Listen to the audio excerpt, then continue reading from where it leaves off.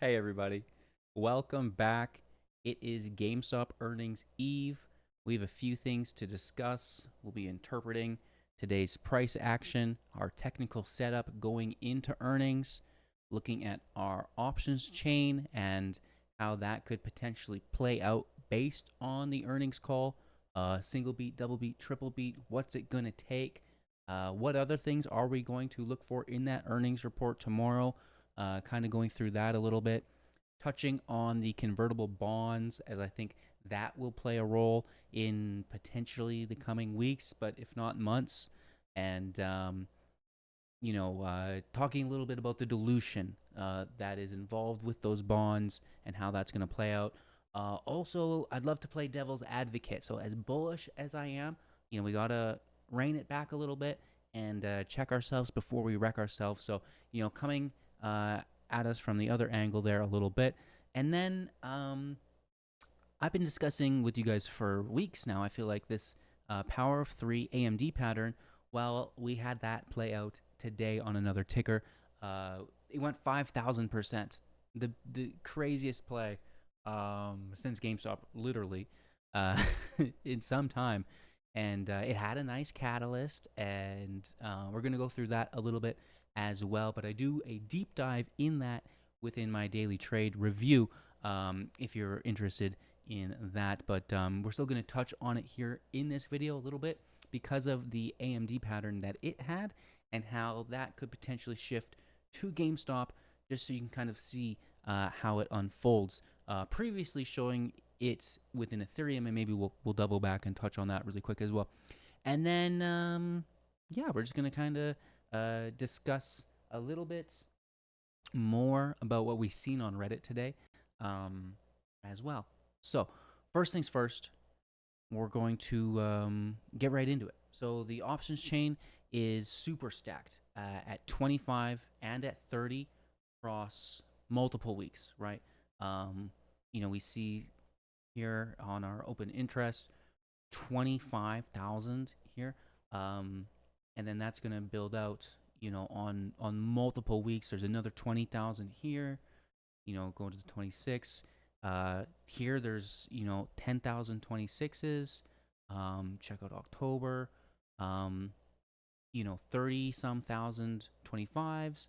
Another 35,000 30s. So a ton of volume on the chain at 25 strike, at 30 strike across multiple weeks. Which is kind of creating a bit of a gamma staircase for us. It's not quite a ramp, which we'd like to see. But once we break 25, some dealer hedging can take place because the delta on the 25s is quite low still. So I don't think they've been hedged really at all, specifically with how low IV has been. I don't think there's been any hedging, because that would drive it up a bit, I think. So we'll see that potentially take place if we break if we break 25, and that's what could push us to 30. Now, technically, that does line up with our narrative, how we have the gap on our 1 day, right? The gap closes up to 28.4, and then we got another one that starts at 29 to 30. So that aligns quite nicely for us. And then if we get earnings surprise, potentially we get a gap up, and that could move us, to that 25. And now that hedging takes place, we get to 30 and enters the convertible bond. All right. Our first 1.3 billion bond was at 29.85, and then we had another one in June for 2.25 billion. That might have even been oversubscribed higher than that, or maybe that was the total amount. But 28.91 was the dollar amount there. So, under 30 for each of those. We were trading a little bit at a premium pre-announcement though, right? Like I think we were at 35 on the one run there. So, just, it can happen again, right? So, if we do get this nice run up, maybe it's not the end of the world ramp that we want it to be, and it is just ramping into another bond offering. So Um, these offerings are kind of acting as a ceiling for us each time the stock is running into that 30s. Management's going to sell those convertible bonds, which adds dilution, which isn't great, and hedges shorts. So or is being hedged with shorts. So it's like 120 million shares or something to that magnitude, going from like 305 or something to 425 roughly, which isn't great. However, all of these um, are long, which are hedged with shorts. Um, so until they're unloaded, they're not really a problem. So that dilution's not occurred. It won't occur until the convert takes place, and even then, um, not all converts will be sold, and not all of them hit the market immediately. There's settlement processes, and they may be staggered as well. Um, that could potentially take weeks to months, and depending on how long this all takes, years. So um, the thing is, when we reach our convertible uh, trigger price, which is like 38 or something, right? Um, 38 to 40 is when we get the early conversion, right? And we need to stay above that for 22 or 20 out of 30 days. And at this point, because they've been, arbitrage funds have been shorting the stock against the bonds. If you play the 50% mark, it's roughly 61 million shares short as the hedge. So as GameStop climbs, they're going to be balancing this based on the delta every day. However, once we do get above the conversion price, and it looks like a sure thing, uh, they're gonna unwind it entirely, right? So this is going to be a lot of buy volume.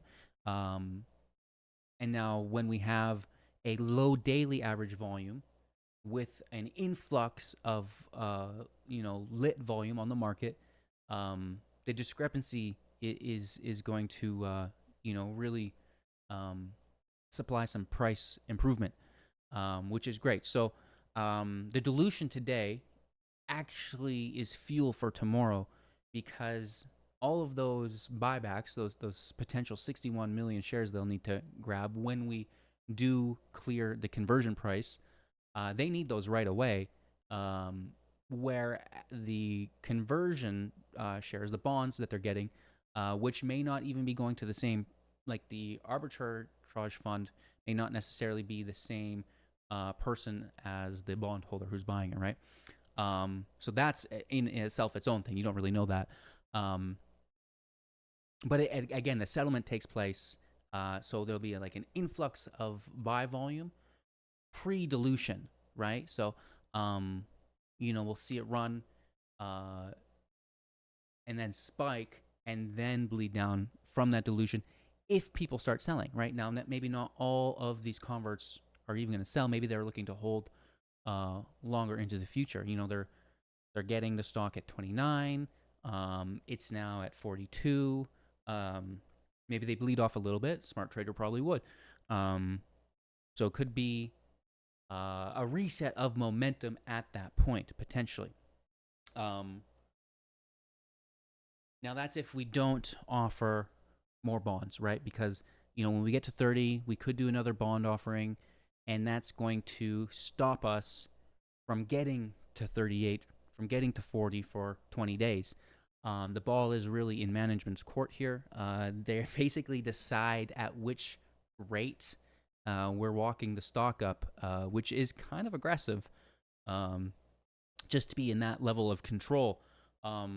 They also control who's buying the bonds and if they convert or not. There's woof, right? Where are we here? So, da, da, da, da, da, da, da. So each offering is really kind of killing a current run. right? Which sucks. That's our gamma ramp. What's happened? Uh, but it is kind of adding fuel to a later fire, which is decent as the leaps get cheaper, etc.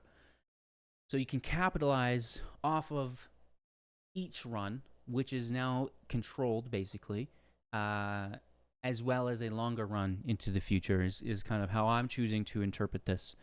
Um, Moving forward, both sets of notes have an early conversion of 38 to 39. We talked about this.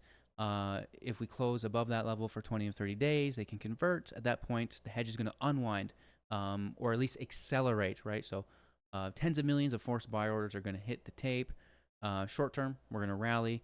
This is capped by dilution. Medium term, we're going to break the trigger zone, and we finally do get that melt up. Devil's advocate, though, here for a second. So even if we do really good in earnings, so we had EPS 16, then they moved it to 19. Even if we do beat it, say we get 22, 23, we kill it, right? We may not get the gap up we want to see to 25 to cause the hedging of the 25s to push us to 30 to get us A, to another offering, or B, a melt up into an early conversion potentially. We might not get any of that because GameStop's already extremely overvalued, right? I get it. We've got 6 million cash or something, whatever it happens to be. Is still a lot for what it is. I love GameStop. Trust me, I'm here. I'm doing it. But that's the argument, right? That's the devil's advocate argument, is that a beat doesn't necessarily mean a gap up and go. It just means, okay, you can justify your current valuation, right? We're not going to beat you down anymore, but you're locked in accumulation. Have fun consolidating while we load up for X quarters. That could very much be in the equation, right? So I like to, kind of play both sides here. So I don't see us having a huge miss. We have the switch sales, etc.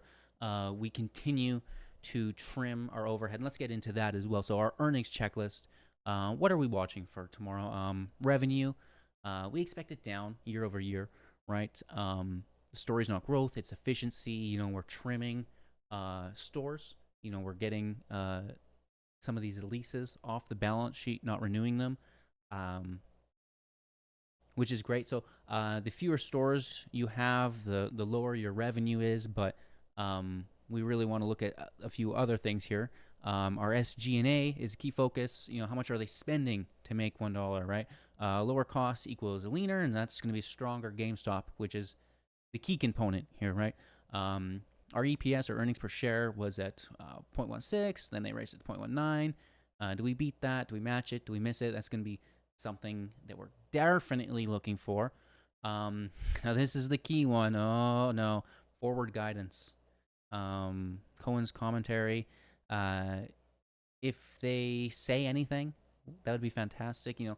We're so used to him not telegraphing anything, and I get it. Why would he? However, if he did, we would go. If we got some forward guidance, we would tear faces. Triple beat is what we want, right? We want to beat revenue, which we might not do, but it's Switch 2 sale season. We want to beat EPS, which we're definitely doing. We've been doing it for a while. And then we want that forward guidance, and that's going to be the key one. And I don't think we'll necessarily shed faces until we get that forward guidance. So you can see our EPS, surprise 100%, surprise 300%, 275%, 100%. And we're locked in here for a potential 19, but let's see what we get, right? Let's see what we get. I think it's going to be a little bit higher, but we have to wait and see.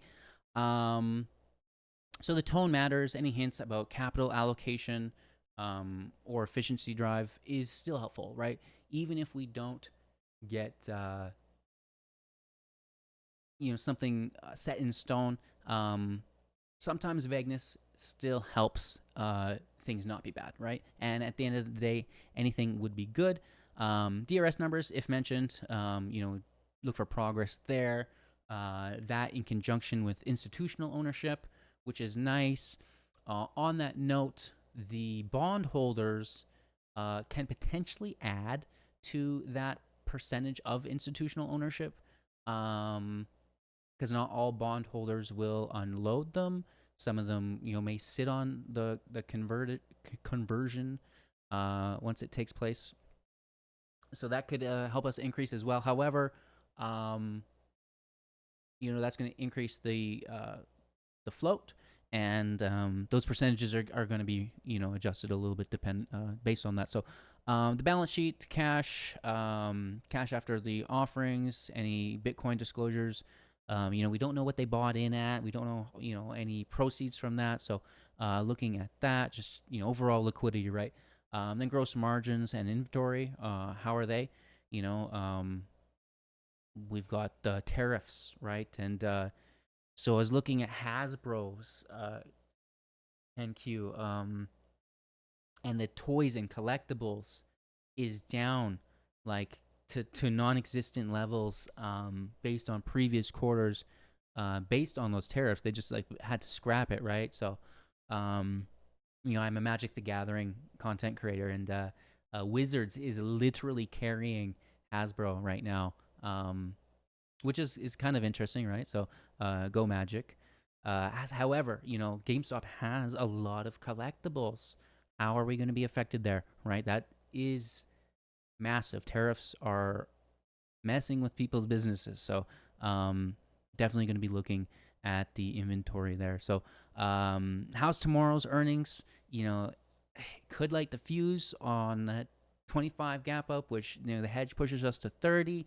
And then where do we go? Is it another bond offering? Do they finally let it run? Because they can't. Well, you say they can't, but they can just do bond offerings forever. However, it may dilute conviction within the investor base, right? If like this is the game plan and that's all we're doing, a lot of people might not necessarily like that. However, some people do. You learn to play the cycle, learn to play options. We'll get lots more into that in future videos. After this earnings, we're gonna have a long time to sit until next earnings, right? So plenty of time to hang out and learn. I personally don't mind the cycles as long as we get to rinse and repeat, and I prefer that than a one and done. In all honesty, so how do we capitalize on that in the future? We'll take a look at that. Is going to be bullish confirmation that the bear thesis is invalidated, almost assuredly so. All looking for this tomorrow. That AMD pattern, OCTO. Check out my other daily recap videos. I'm day trading every single day, just while I wait, while we do the GameStop on the side, right? So I was first showing this pattern on GameStop because I think that's what we're in: accumulation, manipulation, yet to come, or it doesn't come, and then we get the distribution, and then we show it in Ethereum, teach you guys about it. But look what we found intraday of OCTO, and it had good news, and it was holding. Just got locked into some consolidation, right? This was like a 25 million market cap company at the time. At the time it was far less than that, but when it was consolidating, it was worth that. But the news it had was a 270 million private placement with crypto treasury, or that's where it was being allocated for WorldCoin, which is like GPT or Sam Altman, which is fairly decent, right? And just the private placements hit different, right? So A, we like that. B, we see a pattern in play where it's accumulation. You draw your box, and then you see it manipulate down. We know exactly what that is, right? So here off the 200, we get our manipulation leg, holding support too, which is really tasty. And then we have our market structure shift, right? Breaking that, which we take our entry on this next group of consolidating candles. And our stop loss is below the manipulation leg, at which point, we just roast up. We have an order block off this break of structure. And that's the distribution leg. And you can see it goes, it distributes, right? So off of our entries based on that model, we did 2,100% almost. So looking for the same thing here. What did Ethereum do? Let's jump over to Ethereum because we also seen that pattern on the 1 day. So here. And again, here it is. Accumulation, manipulation, distribution. So what did the distribution leg do here? Not that, I just like to look though. 105%, right? So, not that we're expecting 200% or 2,000% like OCTO did on GameStop. And that's really what it comes down to is market cap. But we're going to talk about that in our daily trade review in the other video. Discuss why this had such a parabolic move. And it's based on daily average volume, it's based on market cap, and it's based on the catalyst. Those are our three main drivers. We'll teach you more in the other video. As far as GameStop goes, good luck, everyone. I will be here tomorrow. Maybe we'll even live stream, and that could be fun. If this video gets 50 likes, I will live stream tomorrow afternoon into the evening. We can discuss the earnings report and maybe get a little bit of a gap up going on. And we can listen to our cool playlist, right? I've got songs for MOAS, Mother of All Six songs we can chill to. Maybe add to it. If you have any song recommendations, hit me up in the comments. But most importantly, have an absolute magical night. Try to get some sleep, and we'll see you all tomorrow.